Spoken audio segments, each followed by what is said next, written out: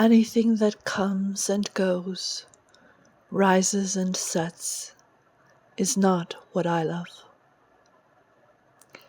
In this line, I think Rumi was speaking of the changeable world we are all in, and that we must accept what comes and accept what passes away, accept that we can change things, except when we cannot, but that, after all, the world is simply a play of illusion, and rather than be defined by the illusion, we have the blessing of being grounded in the deep love that is constant.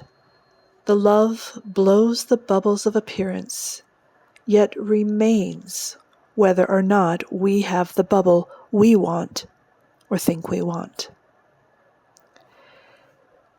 In this Keys of Magic series, I am currently in an embedded mini-series that started in video 105 of this curriculum regarding desire. Desire is part of the cause portion of the magical formula, and that relates to setting an illusory knot in order to call an illusory is, which is the grand aim of anyone who undertakes magic, to call appearance.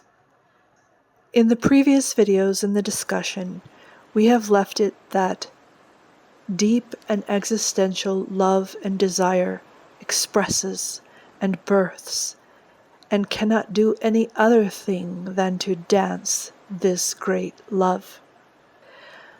The dance and emanation of this primordial love is a complete and infinite spectrum of states, like strings on and notes from a musical instrument. One may strike a melody from among this sequential span of states in order to create a given pattern of beauty. From the point of view of being a human earth avatar, the way that we play this instrument that is the omniverse, the way that we explore this archive of potential and call forms from it, is by means of elements and combination of the elements. The elements are the conditions we set that result in culminating appearances in time and in space, in Earth. Now in this video, let me share principles regarding desire and the setting of methodological lack or not in terms of the appearance layer of the world. The appearance layer is the world we live in ordinarily. Appearance is what we see surrounding us: the flora, the fauna, the people, the tech, the builds, the art. Elemental bodies that are at the same level of our elemental body, and that thus mutually lend ourselves to encounter and communication and creation that is humanly experienceable. The principles of interaction and calling at the elemental level is a matter of learning 4 languages and cultivating 4 knowledges: air, water, earth, and fire. At the appearance level, language blooms into babble. The 4 have become uncountable myriads. The flora, each of them are giving their languages. Fauna, each of them are giving their languages. There are tech languages, there are artisanal languages, there are cultural languages, on and on. Each being, each appearance has its unique language. Even for a magician, even if they mastered many languages, there is no way to learn them all. The copious diversity is breathtaking. This is why a magician chooses one craft, or a few crafts, to come to mastery in, and those arts become their approach to the world, their family tribe within the world, the artisanal gifts and the innovation they give to the world, their defined and located expression of the omniverse's deep and wide magic. We will now return to the reminder and the obvious that what appears is what is seen. Conversely, what one sees is what has appeared. While the visual power of the bodily eyes is definitely the foundation of seeing, we can also widen the understanding of sight as including all sense powers, as well as including the deeper way of seeing, meaning how we organize the patterns we bodily see in our environment into an internal interpretation. The human avatar renders the universe. Rendering takes place on two levels, at least two. The human avatar renders according to the features and faculties of the avatar. The individual also renders according to the storyline it is playing. This is the enchantment level. The human is a sept, a cup, a vessel, a cup holding the omniverse, which means that all potential states in the infinite library are held by and within you. Being in this particular avatar is how we hold the universe, the human way of holding the universe. Not to mention our personal way of holding the omniverse. And we are currently exploring the magician's way of holding the universe. I have often used the term decept, but let us now say percept. For me, at least, there is very little difference, if any, between decept and percept in describing the human encounter with the omniverse. But I do like the prefix per in percept because it means coming through or coming across. As a human sept or chalice, you hold the timeless, spaceless, meaningless archive of the omniverse within you, actually, and you call for it out of you so that it appears, emerges into time, space, and meaning, to where it can be seen or otherwise and similarly experienced, into a collective or shared world. Percept, perception, the rendering of the universe into time and space by the instrument we have called the human body. Please do not mistake perception as passive. Perception is active creation, magic. However, let us back up. Also remember that every being has its own magic and its own magical emergence into an earth form. You don't do all that magic to make the world and could not. Your fundamental magic is to be you and give you, add you to the world family that we have. You also have the delight of choosing an art or arts where you come to know the beings that serve and are served by those arts. And thus with these siblings mutually magic more appearance of life into the earth family. I want you to notice something. I have taught you that there is no lack in true nature. I have taught you that there is no lack in frequency because the library is infinite and complete. I have taught you that there is no lack in element because there is always water, fire, air, and earth that can be drawn upon. Please notice that there is no lack in appearance either. The world is. appearance. It is all around you. Such magic. Go out to your village and look again. Wow! Look at all the beings, being and magicking. There is no end to appearance in the world. How could there be a not in all that abundant glory?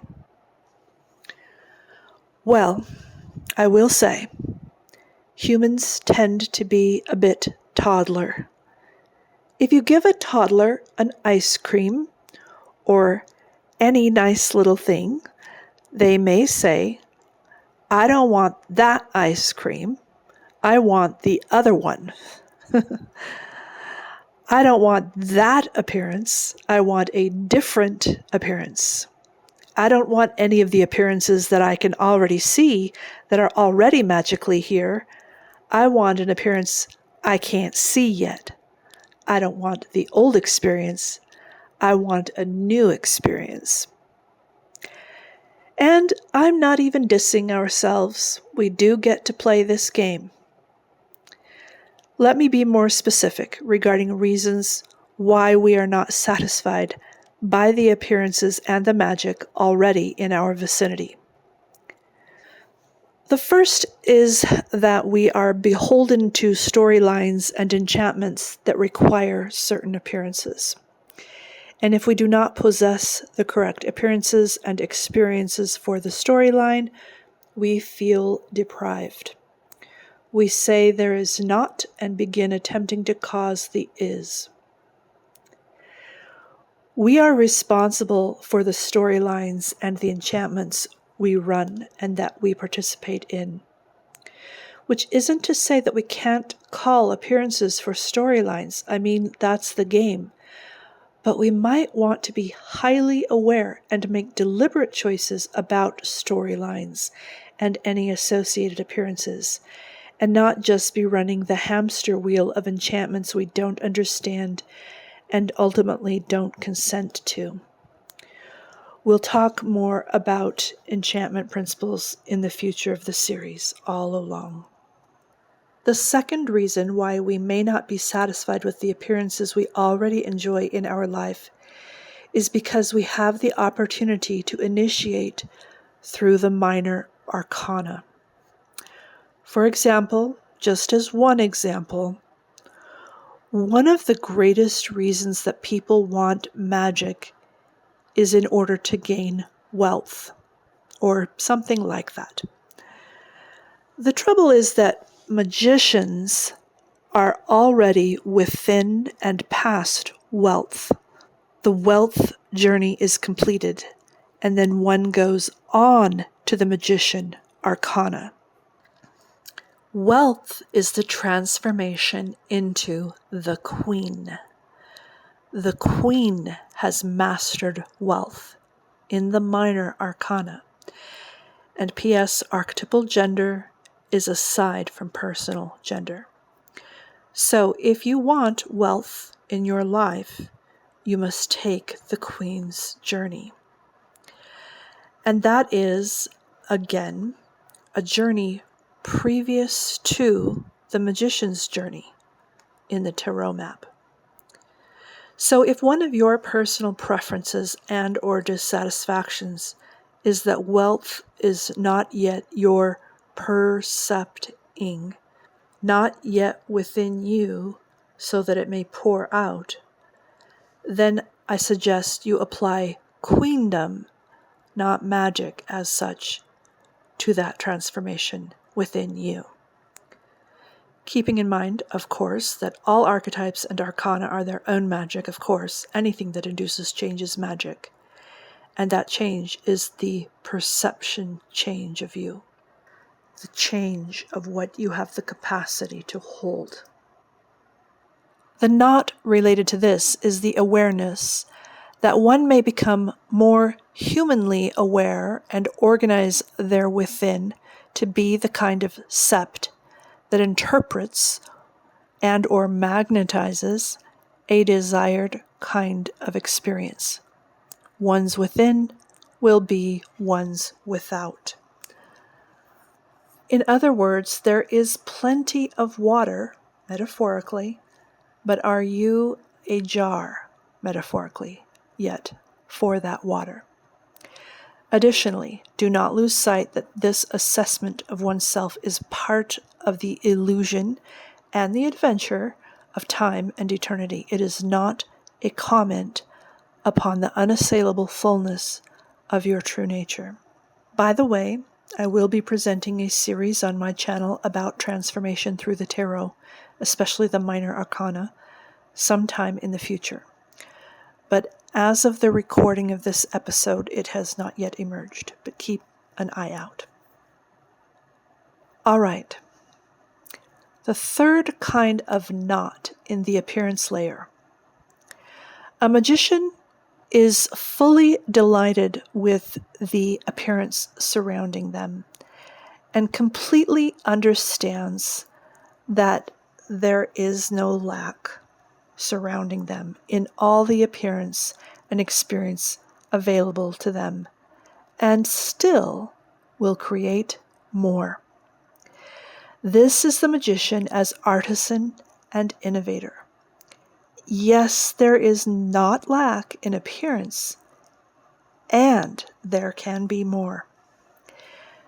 There can be your personal gift to the world, which is you and your art.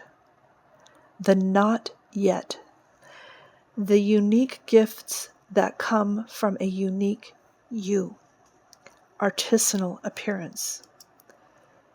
It is not yet emerged into the world for sharing, but it has always been in you. There has always been enjoyment. There is enjoyment now.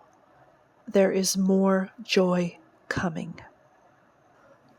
When one prepares to initiate their influence or cause toward a given outcome, especially if the influence and the outcome are of the appearance layer of experience, one might wish to ask and answer the following questions as relates to a specific outcome. What faculties or powers of my body are relevant to the change? Are my faculties now ready, or is there first a needed calibration? What storyline or interpretation is conducive to me being able to recognize the outcome? What elements are relevant to the condition recipe, and have I prepared the requisite vessel or vessels for the introduction and combination of those elements? What appearances or experiences that already exist in the world and or in my vicinity that may be brought to bear on the change? What beings are relevant to the change? Have I cultivated connection or knowledge with these beings so that we may mutually influence change? How much space do I want the appearance to take up? How much time do I want the appearance to take up? Have I prepared the sept or vessel that provides those time and space parameters? And P.S. that may lead you back to the question on element. How do I provide the path and the vessel that allows the deep power and deep desire within the ancient mother to form? Is that form precise within me? Have I provided the sept for that form within to precept or transverse from me to the without at the spot of the sept, the place made for the appearance?